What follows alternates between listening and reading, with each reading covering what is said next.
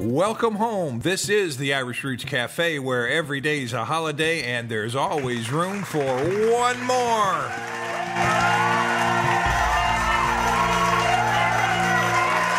Come right this way, have a seat with me today in the corner booth celebrating our 87th week here. Sweeney clear the floor, Katie bar the door, Molly put on another pot of Irish coffee. It's time we got this show on the road. We've got another full house today, not a chair to spare. I'm Mike OLaughlin, your host, and you can reach me at my webpage at irishroots.com, and you can check out the written show notes on my blog. You can also find that on our webpage at irishroots.com, and you can search all of our books and videos and podcasts for free. And you can also phone 816-256-3360 to leave your comments on my recorder. Try it, you'll like it. Well, among today's topics, French is the name of the day. Meath and Westmeath are counties of the month. The Registry of Deeds online in Ireland. Searching for Flanagan, Walsh, McLaughlin, and Doyle. Bono has the largest bedroom and the New York Times now. Chinese UFOs uncovered in Meath. And frogs dropped from the sky in County Roscommon. Hey, that reminds me, you can get all three of my free podcasts online from our webpage, and you can also get that on iTunes and a few other places. But they are the Irish Families Worldwide podcast, this one right here, and it's available in the regular podcast and also as an enhanced version, which has some photos and links that go along with it if you're set up for using that type of thing. And we have the Irish in America podcast and the Irish Song and Recitation Festival. So all three of them are there just for the taking. Do check it out if you have any interest at all. Now it's time we move on to our notes for the week.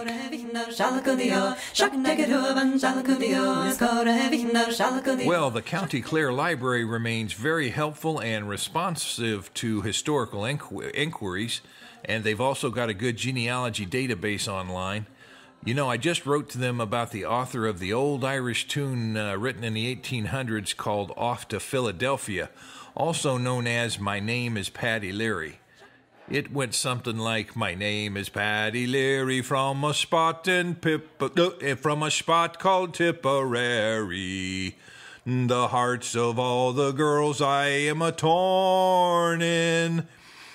Well, I showed that Baddison Hayes was the composer of that tune, but several places showed Johnny Patterson of County Clare as the composer, and it also said so on the County Clare website, which is a very good website.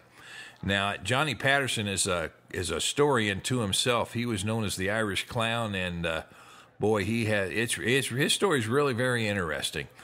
And you can go to the website and look it up. I've got the link on my webpage. The County Clare website has that.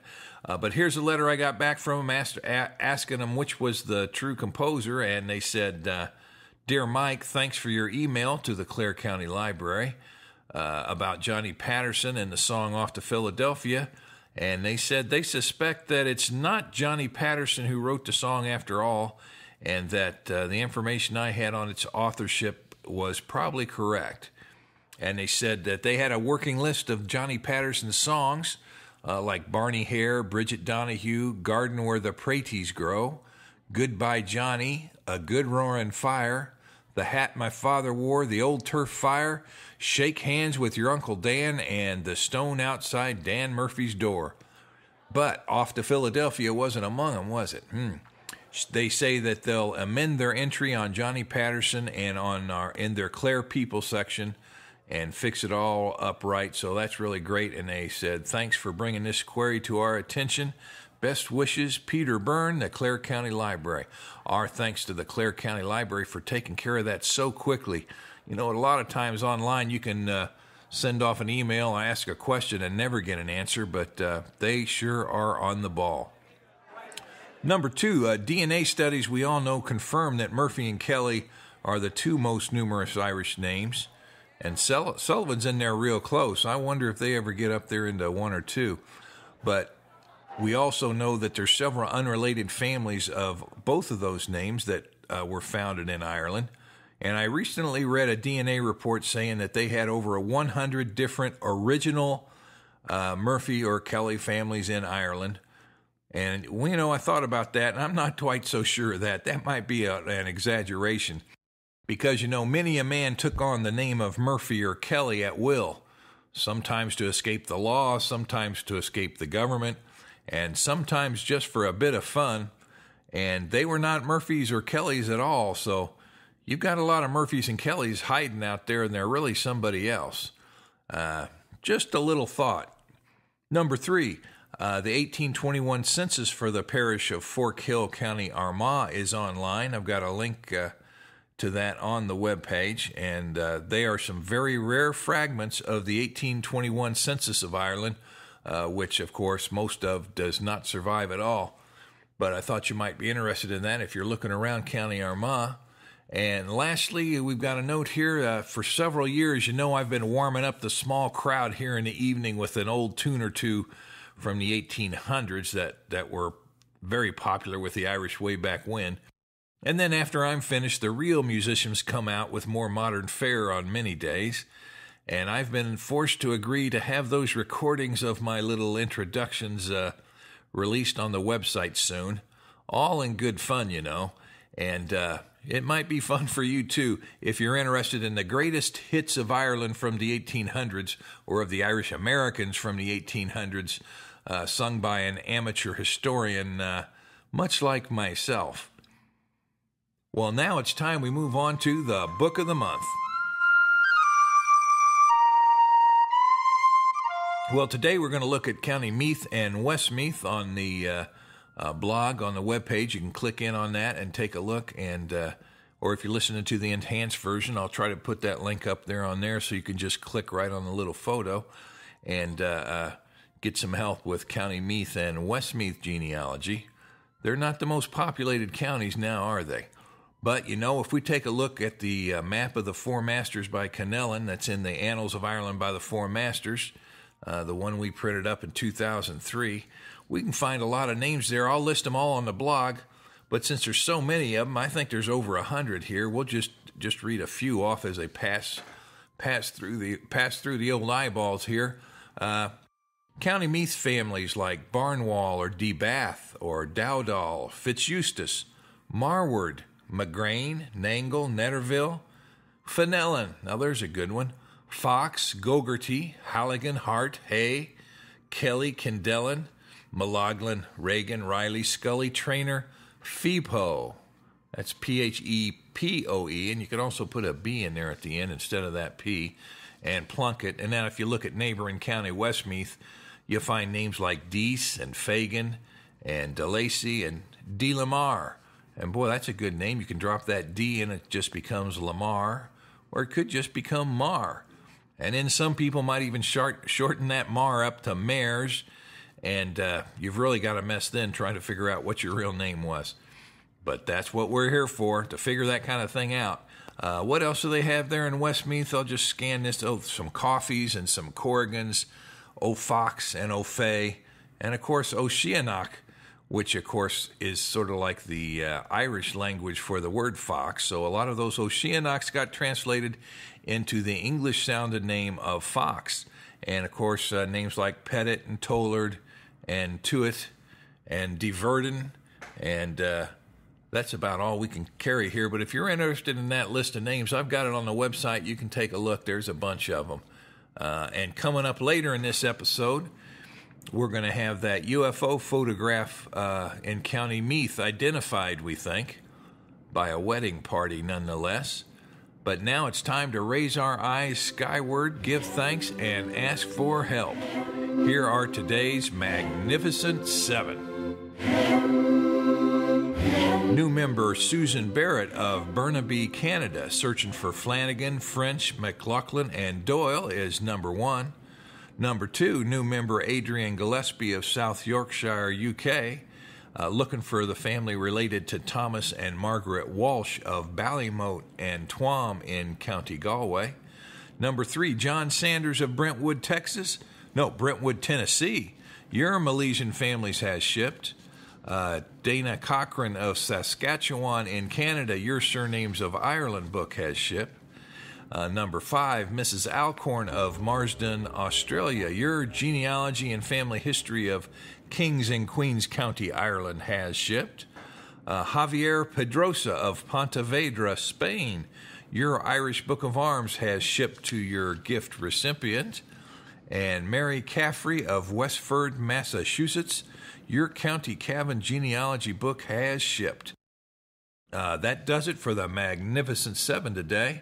And that reminds me to say thank you to all of you members, because without you, the podcast and the videos and all the recordings, they would not be possible. So thanks a lot. I wish I could tell you each one of that individually, but sometimes that's impossible. But keep those memberships coming, because it does help. Well, it's time now to move on to the Irish family name of the day. Well, the name today is going to be French. And its honor, of course, several members have been looking for French, but we'll say Susan Barrett, who just joined up, we'll make it in honor for her.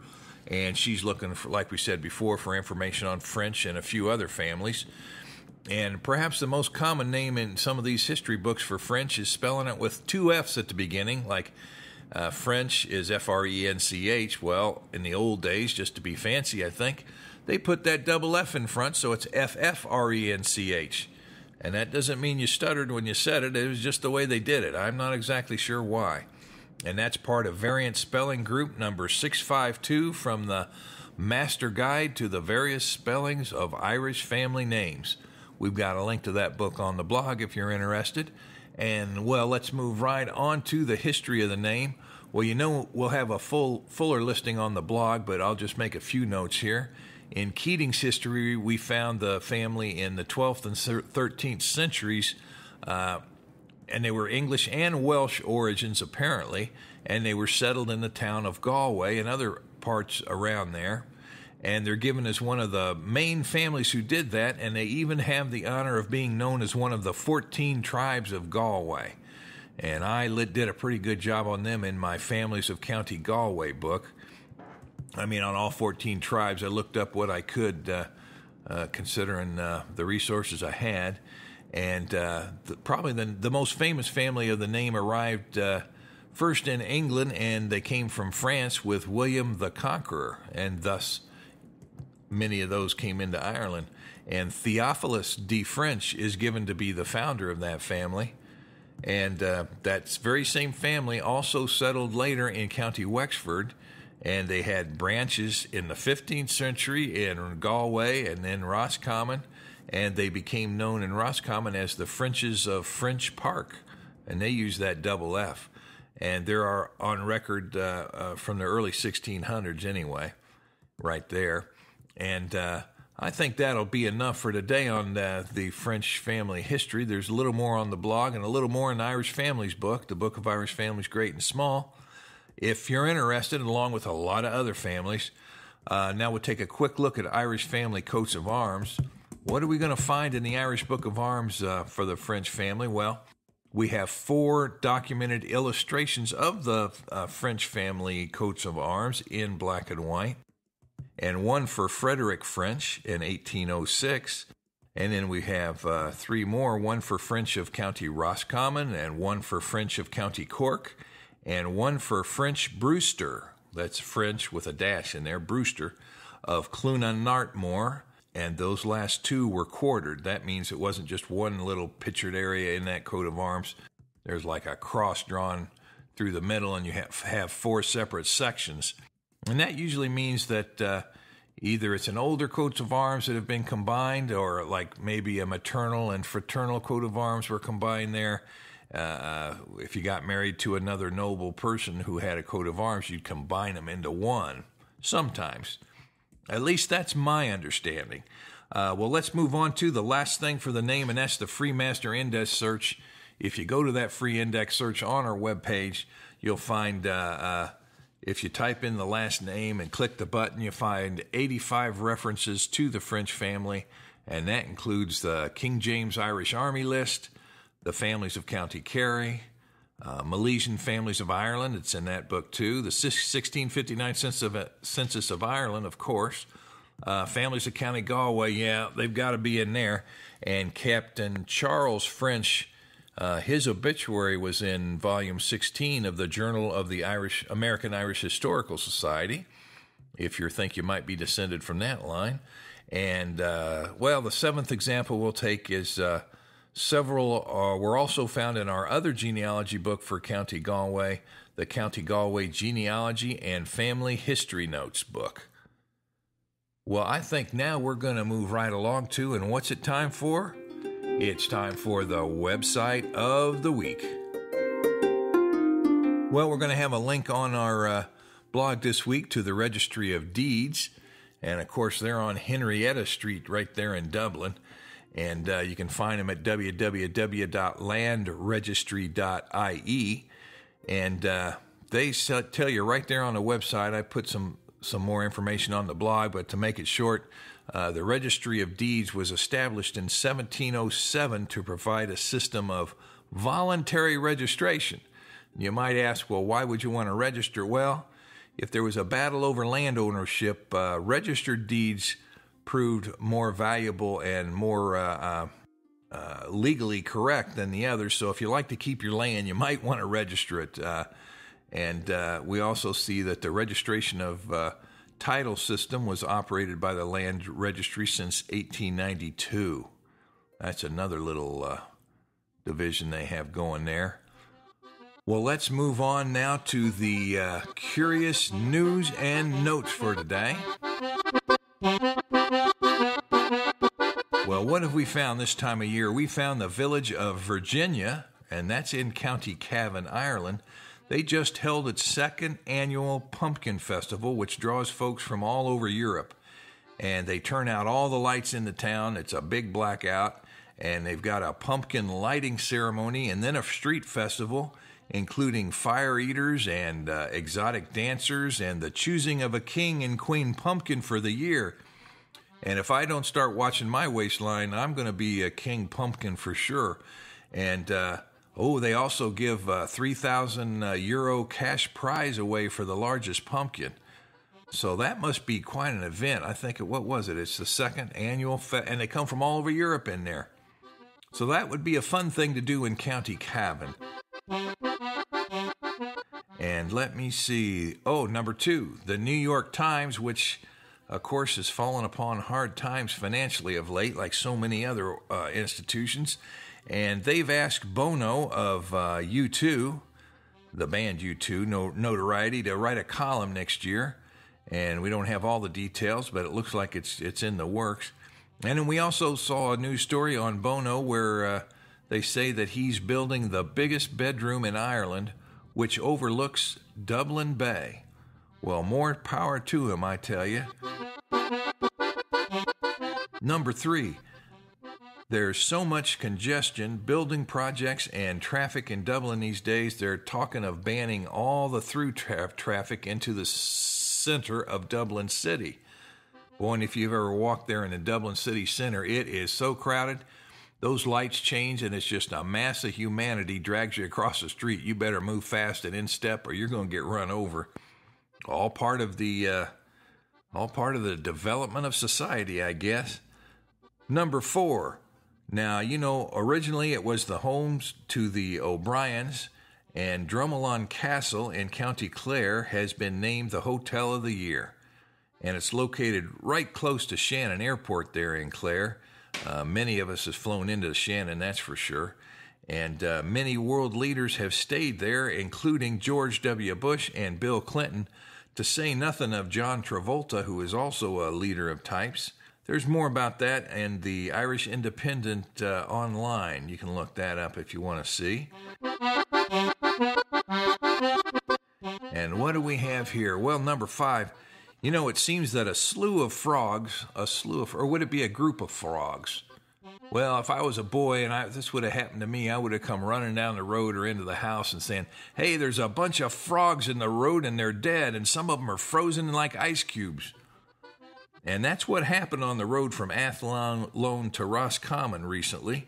And it was really strange that some of them were encased in ice. And they say that that's happened before, and it's a rare phenomenon.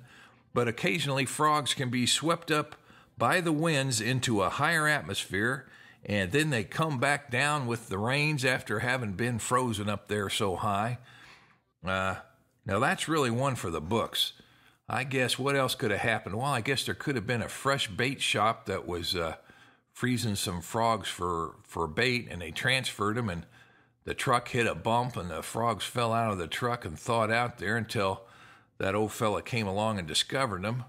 Or it could have been the little people were at play. That's always possible, too. But that's sure one of the strangest things I've heard in a while. Now, number 6, more on the UFO phenomenon. We talked a week or two ago about the UFOs sighted up in Dublin. Well, here we've got a note that Carl Nally of the UFO or Paranormal Research Group in Ireland, he still says that he saw a UFO, but newlyweds Andrea and Lyndon James say no, it wasn't. It might have been unidentified, but it was only the Chinese lanterns that they launched into the air after or during their wedding in Dunboyne last August. That's when the report on that one was made. So that was just an innocent little thing that got mistaken.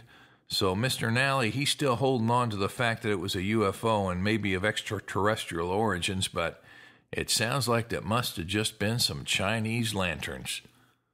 Well, that does it for today, folks. Remember to send your comments by clicking the contact link on our webpage at irishroots.com or send by mail to our American address at the Irish Roots Cafe, Box 7575, Kansas City, Missouri 64116. Leave your message or report on things in your part of the world when you call my phone recorder at 816-256-3360. Skype me at Irish Roots Cafe. Members foot the bill, so they get first priority, but we're open to all. And by the way, a big thank you to all of our members. And away.